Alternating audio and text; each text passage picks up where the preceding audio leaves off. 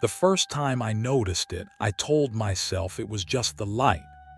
Late afternoon sun, weird angles, dusty windows, normal things doing strange tricks. Mom's new boyfriend stood in our kitchen, laughing softly as he dried a plate. The sunlight streamed in behind him, cutting across the floor in bright gold lines. Cabinets cast sharp, clean shapes. The table legs stretched long and thin. Even Mom's coffee mug made a crooked oval on the tiles. But he didn't. No shadow at his feet. No dark shape trailing him. Just bare floor where something should have been. I blinked, looked away, looked back. Still nothing. My stomach tightened in a way I couldn't explain. It wasn't fear yet. It was confusion mixed with that awful feeling you get when your brain refuses to make sense of what your eyes are seeing. He turned toward me and smiled, like he knew I was staring, like he was waiting for me to notice. "Everything okay?" His voice asked, calm and warm. I nodded too quickly. My mouth was dry. Behind him, the sun dipped lower, shadows stretching longer across the room. They reached his shoes and stopped. Pause. That was the moment I realized something was wrong. And that whatever was standing in my kitchen wasn't entirely here. Background/setup, approximately 430 words. My name is Eli. I'm 17, and until 6 months ago, it was just me and my mom in this house. Dad died when I was 10. Car accident. Late night call. A policeman standing in our doorway with his hat clutched tight like it might float away. After that, life became quiet. Too quiet. Mom worked longer hours. I learned how to microwave dinners and pretend I wasn't lonely. The house settled into a routine of absence. Empty chairs, closed doors. Then out of nowhere, she told me she met someone. His name was Daniel. She said it carefully, like she was testing how it sounded out loud. She laughed more after that, started humming while she cooked, bought new curtains to let more light in. When Daniel first came over, he was polite, almost overly so. He brought wine, complimented the house, asked me about school like he genuinely cared about the answer. Something about him felt muted, not cold, just slightly out of step. Like a song played a fraction of a second too slow. I told myself it was just jealousy, or grief, or the normal discomfort of a teenager watching his mom move on. He started coming over more often. Dinner turned into weekends. Weekends turned into him leaving clothes in the guest room.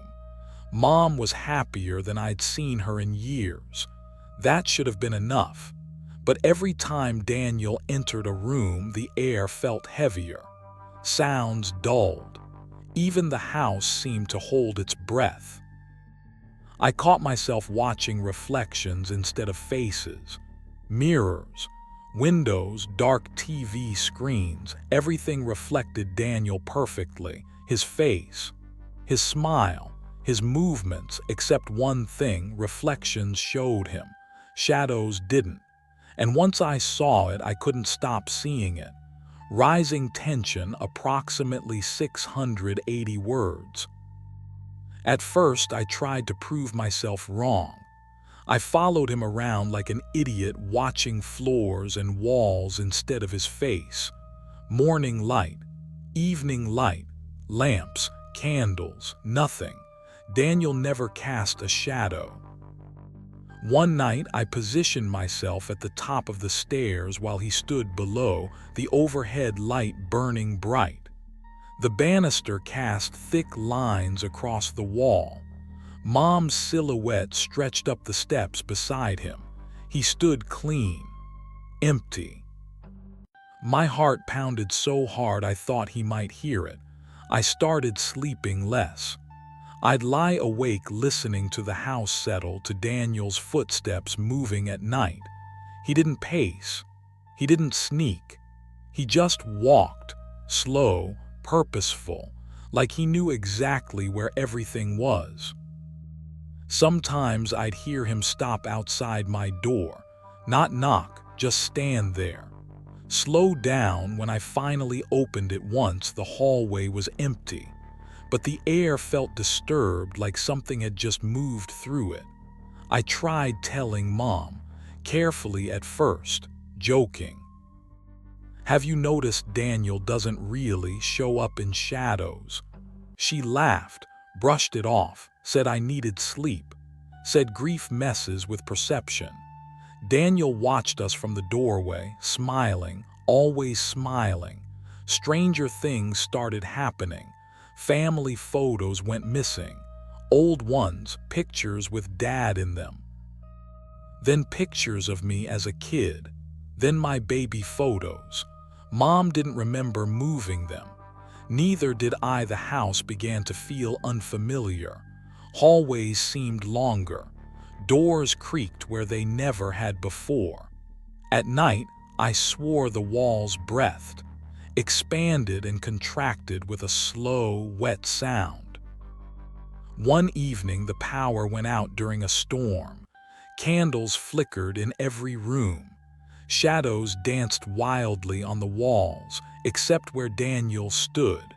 He moved through the house like a hole in the light, a place where darkness should be but wasn't. Pause. I locked myself in the bathroom and stared at my reflection, gripping the sink until my knuckles hurt. That's when I noticed something else. My reflection cast a shadow behind me, but the shadow looked thinner, hollowed out, like something had taken a bite out of it. Climax/revelation, approximately 880 words. The night everything broke open, Mom told me Daniel was moving in permanently. She was glowing, nervous and excited all at once. I felt something inside me snap. I followed Daniel into the basement while Mom showered. The basement had always been unfinished. Concrete floors, bare bulbs, shadows stacked on shadows. Perfect, I thought. He turned slowly when he reached the bottom of the stairs. The light buzzed overhead. My shadow stretched long behind me, distorted and frantic. His didn't exist. I demanded to know what he was. The words came out shaking, ugly, desperate.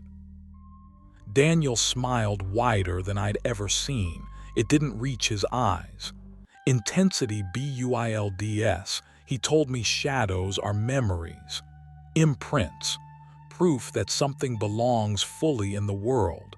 He said some things slip through without them. Things that learn, things that adapt. He said my mother was lonely. That loneliness leaves doors open. The basement lights flickered. The walls seemed to lean closer. He stepped toward me, and for the first time I saw it. Not with my eyes, with something deeper. His body was a shell, a suggestion. Inside it, something stretched thin and wrong, like darkness folded into human shape. Whisper, he needed a place to stay, and shadows were how he anchored himself.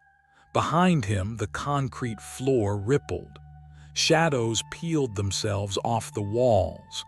They moved like living things, crawling toward him. I screamed for Mom. She appeared at the top of the stairs, candle shaking in her hand. Her shadow spilled down toward us. Daniel reached for it. I ran, threw myself between them. The cold was instant, crushing, like being submerged in deep water. He touched my shadow. Pain exploded through me. Memories ripped loose. Birthdays, Dad's laugh, Mom reading to me at night. Everything warm and human tearing away. Intensity BUILDS, I felt myself thinning, fading at the edges. Mom screamed my name. The candle dropped. Fire flared. Shadows jumped. Daniel recoiled, hissing softly. The shadows scattered. I grabbed Mom and dragged her upstairs, slamming the basement door behind us. The house shook. Something pounded from below. We fled into the rain, barefoot, terrified. When the police came later, the basement was empty. No Daniel. No sign of anyone else ever being there. Just one thing. In the concrete floor, burned deep and black, was a human-shaped shadow, and it was missing pieces. Resolution/aftermath, approximately 420 words. We moved. New city, new apartment, bright windows, too much light. Mom doesn't talk about Daniel. She says it was a bad relationship, a mistake. Something she doesn't want to unpack. I don't push her. Some nights I stand under streetlights and watch the ground carefully. My shadow follows me, but it doesn't feel right anymore. It lags, stutters, like it's struggling to keep up. Slow down. Sometimes in reflections, I swear it's not shaped like me at all. I've started noticing others too. People whose shadows don't quite match. People who stand just a little too still under bright lights. I think Daniel wasn't alone. Pause. I think shadows are thinner than we realize.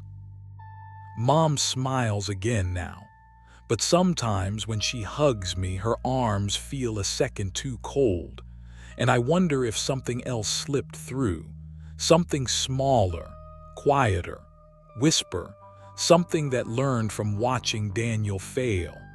The last time I checked, my shadow blinked when I didn't. And I'm terrified of the day it decides it doesn't need me anymore.